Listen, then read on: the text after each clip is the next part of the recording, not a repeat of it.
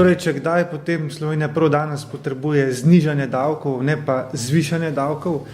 Če pogledate po Evropi, se niti ena država ni rešila gospodarske krize z zviševanjem davkov in sem prepričan, da se ne bo rešila tudi Slovenija. Če greste pogledati evropske države, recimo Španijo, Italijo, Hrvaško, Romunijo, lahko ugotovite, da nikjer gospodarskemu okrevanju ni prispevalo zviševanje davkov, ampak kvečemu rezanje državnih odhodkov. In to je tudi tista nujna stvar, ki jo bo potrebno narediti, čeprav je zelo neprijetna in nevšečna. Jaz bi morda predsednici vladi svetoval, da se zgleduje po latvijskem premijeru Dombrovskisu, ki je v nekem trenutku zmanjšal javni sektor za 30% in še vsem ostalim zaposlenim v javnem sektorju zmanjšal plače za 30%. Seveda so bili tam tudi v začetku veliki protesti proti takšnemu znižanju, ampak čez 14 dni se tem protestnikom so se pridružili drugi protestniki, ki so pa protestirali v podporo tem odločitvam, ker so vedeli, da dolgoročno edin na takšen način lahko država izplava iz gospodarske krize. Torej, v Novi Sloveniji smo prepričani, da je dvig DDV-ja napačna odločitev. Dvig DDV-ja pomeni še več vprašanj z računom ali brez, pomeni še več sive ekonomije in pomeni še več dela na črno. Posledica dviga DDV-ja bo predvsem rast cen, cene se bodo še dodatno dvignile. Tisti, ki imajo že danes malo, si bodo lahko privoščili še manj, torej zlasti nekateri zagovorniki upokojencev, ki zagovarjajo dvig DDV-ja, bi jih opozoril, da bo prav dvig DDV-ja najbolj prizadel upokojence z nizkimi pokojninami. In ne nazadnje, posledica dviga DDV-ja poleg rasti cen tudi, da bo Slovenija postala še manj zanimiva za tuje vlagatelje. Zdaj, najbrž me boste vprašali, kaj krščanski demokrati predlagamo namesto dviga DDV-ja. Mi, če bi bili v vladi in če bi imeli odgovornost za vodenje vlade, bi predlagali namesto dviga DDV-ja predvsem 3 stvari. Prvič, racionalizacija javne uprave, drugič, sprememba sistema javnega naročanja in tretjič, boljše upravljanje državnega premoženja oziroma privatizacija. Če vsako od teh 3 točk nekoliko pokomentiram, potem, če se lotam najprej prve, lahko rečem, recimo šolstvo in vzgoja, zdravstvo in upravne enote so ene izmed najbolj številčnejših in najbolj obsežnih enot javne uprave. Zdaj, samo šolstvo in vzgoja je imela ves čas vsa leta zelo dobrega sindikalista, ki je vztrajal in pritiskal, da tudi ko se je število učencev zniževalo, so se normativi in standardi povečevali s tem, da je število zaposlenih v vzgoji in šolstvu ostajalo na isti ravni, morda se celo nekoliko povečevalo. Torej, prvi ukrep, ki bi ga mogli narediti pri racionalizaciji javne uprave, je, da pregledamo normative v šolstvu in vzgoji in jih naredimo primerljive, bom rekel, Skandinavijo, da ne bo kdo rekel, da se zavzemam za kakšne balkanske metode ali kaj podobnega, ampak če zgolj normative in standarde v šolstvu in vzgoji približamo skandinavskim, sem prepričan, da bi lahko v precejšnji meri tudi zmanjšali število zaposlenih v šolstvu in vzgoji.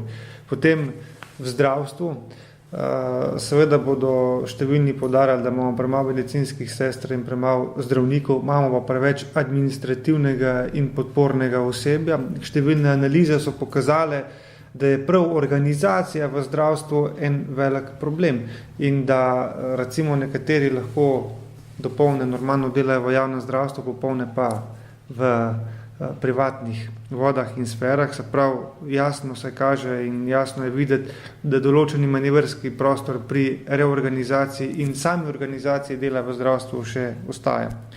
In še tretja večji segment javne upravne enote, tukaj pa vidimo možnost za zmanjšanje, predvsem v poenostavitvi postopkov. Če samo dam primerjavo med pridobivanjem gradbenih dovoljenj v Sloveniji in Avstriji, potem je bistvena razlika ta, da mora uradnik na upravnih enotah v Sloveniji pregledati vsako vejico, vsak stavek, če je vse v skladu z zakonom, medtem ko pa recimo severno od nas, če se pod vlogo za gradbeno dovoljenje podpiše neka projektantska družba že s svojim žigom, svojim podpisom jamči, ker je dobila licenco, da je vse v tej dokumentaciji v redu in za to dokumentacijo prevzema tudi odgovornost. Skratka, z poenostavitvijo postopkov bi lahko imeli priložnost tudi za zmanjšanje števila zaposlenih. Torej, naš prvi predlog vladi je namesto dviga DDV-ja, prosimo vas, racionalizirajte slovensko javno upravo. Druga točka. Predlagamo tudi sprememba sistema javnega naročanja. Sedanji sistem javnega naročanja ni dober. Predlagamo, da bi ga preuredili v smeri, da bi za večje nabave, zlasti naprimer v zdravstvu in kjer so nabavljene stvari izredno drage, Slovenija lahko priključila tudi naročnikom znotraj Evropske unije, ki podobno robo nabavljajo in s tem, ko bi kupovali večjo količino, bi lahko tudi pri količini dosegli nižjo ceno za te izdelke. Potem predlagamo, da se odpravijo nesorazmerna finančna zavarovanja v sistemu javnega naročanja, ker zlasti onemogoča manjšim podjetjem, da bi konkurenčno kandidirala pri javnih naročilih. In predlagamo tudi odprava kriterija najnižje cene. Kaj s tem hočemo povedati? Da se zavzemamo za najnižjo realno ceno. In to pomeni, da ko bi šla neka javna institucija v javno naročanje, bi mogla tudi predvideti realno ceno izvršenih del oziroma storitev oziroma blaga, ki ga naroča. S tem bi predvsem preprečili, da bi dobili dampinške ponudbe, s tem bi predvsem preprečili, da bi dobili ponudbe, ki bi bile kasneje potem bi zahtevali za njih določene anekse in podobne zgodbe, kar se v Sloveniji že ves čas dogaja, in preprečili bi, da bi se stvari delale nekakovostno, ker bi se na materialu varčevali, ker pa bi dolgoročno spet pomenili višje stroške. In torej, kot sem rekel, prvič racionalizacija javne uprave, drugič sprememba sistema javnega naročanja in še zadnja stvar, ki je predlagamo vladi namesto dviga DDV-ja, je boljše upravljanje državnega premoženja oziroma privatizacija. Mi ne vidimo privatizacijo kot razprodajo državnega premoženja, ampak predvsem kot iskanje odgovornih lastnikov za podjetja in premoženje, ki ga ima država. Iskanje odgovornih lastnikov predvsem pomeni, da ne dobimo lastnike, ki bodo vse dobičke, vse, kar podjetje v stvar vlagali v odplačilo kredita za odkup podjetja, ampak iščemo predvsem lastnike, ki bodo imeli lasten denar, da bodo ta podjetja kupili in da bodo tudi vlagali v razvoj tega podjetja. Kar pa bi država obdržala, pa predlagamo, da vendarle na razpisu izberemo svetovno znanega upravljavca premoženja in ga plačamo po delu oziroma ga plačamo po učinkovitosti. S tem bi se predvsem izognili številnim lobijem, s tem bi se izognili neplodnim debatam, kdo ima kakšen vpliv pri nadzornem svetu, kdo ima kakšen vpliv pri upravljanju državnega premoženja. Če bi celotno državno premoženje na razpisu dali v upravljanje, recimo nekemu priznanemu tujemu skladu in ga plačali po učinkovitosti, vam garantiram, da bo tako od vseh državnih jasli ali pa od državnih podjetij odrezal vse lobije in druge, ki ta podjetja izčrpavajo, brez da bi se ta podjetja karkoli realnega naredila.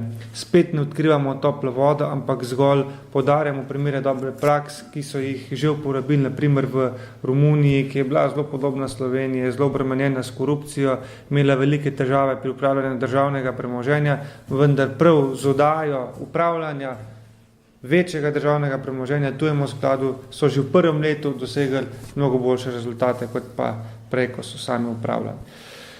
Zdaj, Slovenija za gospodarsko okrevanje potrebuje, to ugotavljajo številni priznani ekonomisti, predvsem dve stvari. Eno je sanacija bančnega sistema in druga je razdolžitev slovenskih podjetij. Če sanacijo bančnega sistema na nek način že počnemo in se že odvija, pa ni skoraj nič narejenega pri razdolževanju slovenskih podjetij, kaj nam